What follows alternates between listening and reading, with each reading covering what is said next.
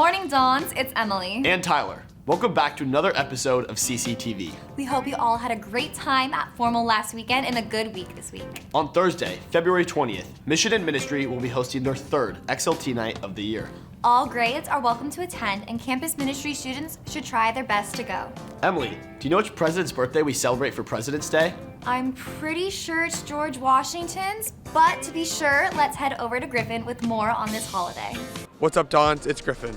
Every February, we celebrate President's Day, but how much do we really know about the leaders who shaped our country? Let's go ahead to Mr. Filipponi to tell us more.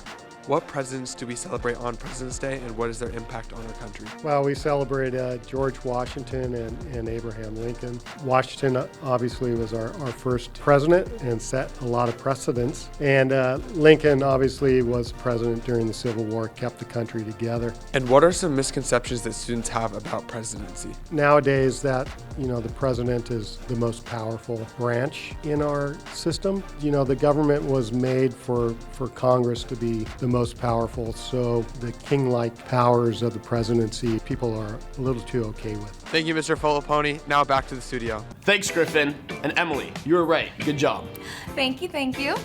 El Sol is our magazine that highlights all of our arts. Carson is standing by with more info. Let's head over to him now. What's up, Dons? It's C10. Do you know that Cathedral has its own literary and arts magazine? It's called El Sol. Let's see what Miss Sly has to say about it. What is El Sol? El Sol is our literary and art magazine here at Cathedral, where we showcase all of the wonderful art and creative writing that our students do. So how many people participate in this? Right now we have about 25 people on the committee to put the magazine together, but anybody can submit work, so we were looking for about 100 or so submissions, which would be awesome. So if you have any kind of art or creative writing that you've done in any class here this year, submit. What's the deadline for that? It's next Tuesday, February 18th. Thank you, Dons. Now off to Nora with a little bit of information on our all-school liturgy. Hey Dons, it's Nora, and today we're going to be checking out what goes on behind the scenes at All School Mass. I'm here with Mrs. Bassage from the Mission and Ministry office. How does Mission and Ministry prepare for All School Masses? So we have a Mass about every 2 weeks. In the beginning of the year, we map out the whole calendar. We work with the campus ministry class that's assigned that Mass. Miss Swift and I meet, and we go over all of the readings and the songs. We work with tech, and they help with all of the sound system.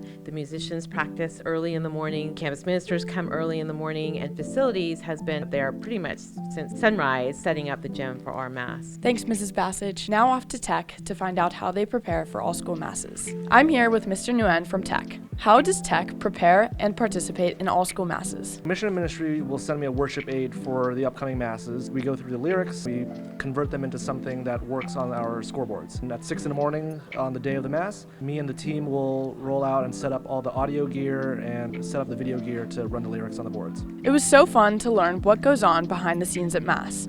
Now back to Emily and Tyler.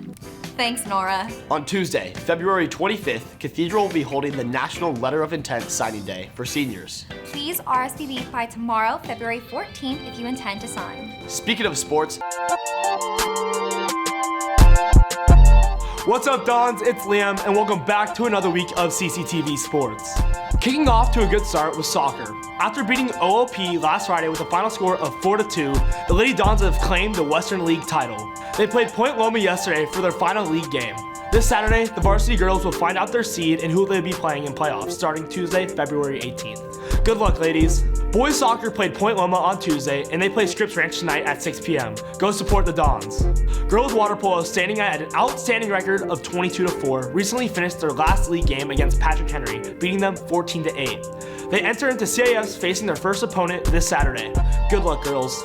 Now let's send it over to Brady with information on our inline hockey team. What's up, Dons? It's Brady. Our inline hockey team has been balling, starting off the season 2-0. It's a new team with many players stepping up. Today, I have the opportunity to speak with Matthew Kavanaugh and Kellen Mornell. So, Kellen, as the lead scorer on your team, I have a couple questions for you. What is your favorite pregame song? I gotta go with Party in the USA by Miley Cyrus. Awesome. Now, what is your favorite pregame meal? Gotta go with Chick-fil-A. What college do you want to go to, and do you want to play inline hockey there? I want to go to Embry-Riddle, and sure, why not? So Matthew, how hard is the transition between playing ice and roller hockey? It's super easy. It comes naturally to me. It's just you have to skate a little bit differently. Awesome. Now what is your dream college? My dream college is West Virginia University. They actually have a pretty good ice hockey team, and I want to play there one day. So finally, going into your 4th year of playing inline hockey, what has been your favorite memory? Going into CIF and winning it my freshman year. Thank you, Brady. Now over to our boys basketball team. The boys are standing at a 17-9 record and played against Scripps Ranch on Monday, taking the dub 63-55. They rematched against Scripps Ranch yesterday and play against Santa Fe Christian tonight at 7 p.m. for their final league game. This is also their senior night, so come out to support the Star Seniors. The girls basketball team, on the other hand, is standing at a 19-7 record. They unfortunately lost to Scripps Ranch last Wednesday, but the girls managed to get a game back, beating Morse on Friday. They played against Scripps Ranch again earlier this week for their final league game of the season. Way to go, girls. The girls rugby team recently placed second in the Novice Championship this past weekend after putting an immense amount of hard work into their season. Way to go, girls. Thank you for tuning in to another week of CCTV Sports. Now, let's send it over to social with Kylie and Vigo. Hey Dons. It's Kylie, And Vigo. back on social. The Don's Got Talent is coming up on March 5th at 6:30 in the Guadalupe Theater. Let's go see your hidden talents. What are your hidden talents? Oh, we can all heel click. 3, 2. Hey! Do you have any hidden talents? Yeah, I can do a backflip. Let's see it.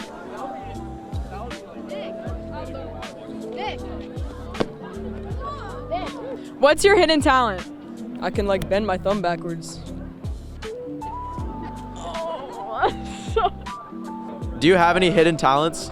I can do a Brady Kid cartwheel. Let's see it.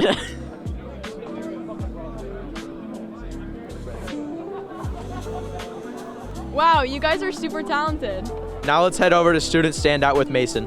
I'm Mason Murphy here with Carter Otero after a rugby practice. So, Carter, what is a post-game, post-practice, what's a post-meal? Post-game, we got the poke bowl. We got a little tuna, a little bit of salmon in there, a little bit of albacore, crab, avocado. Of course, you got to top it off with a very large amount of seaweed salad. So, Carter, you're very involved. One of the biggest things that you've done at Cathedral is the band. What does that entail with not only the band, but also theater performances? It's pretty chill. Come in, play the drum, play all kinds of music, different genres. And then for the plays, live pit, play a lot of live music. Yeah, a bunch of stuff. Of course, with playing drums, you obviously must love music. What's your favorite genre? Favorite genre is probably gonna be indie music. So the audience might be wondering, why are we sitting on the back of a truck? Well, Carter is a big vehicle guy. So Carter, what's your dream car? Honestly, this same truck we're sitting on, but like fully built out. Full race spec pre-runner. That's the goal. Circling back to rugby, what would you say is your favorite part about rugby? Definitely the lineouts. That was kind of new to me. Getting lifted in the air, catching the ball. Yeah. Of course, before every game, you gotta have a pregame meal. Where do you go? Pregame meal, El Pueblo's. 3 fish tacos down the hat. Dollar Fish Tacos, that's where it's Dollar at. Fish Tacos. Thank you so much, Carter. See you around campus. Give a little cheers. Cheers. Good stuff. Adios. Hey Dons, today I'm going to be interviewing some of the members of the Once Upon a Mattress production. Let's go see what they have to say. I'm here with Noah. Noah, what is your role in the play? I play Prince Dauntless, the prince of the kingdom within the play itself. Can you explain to us what Once Upon a Mattress is about? So Once Upon a Mattress is all about this kingdom where nobody is allowed to get married until Prince Dauntless marries himself. It's all about the story of that and how everything goes down once this unusual princess, Winifred, shows up.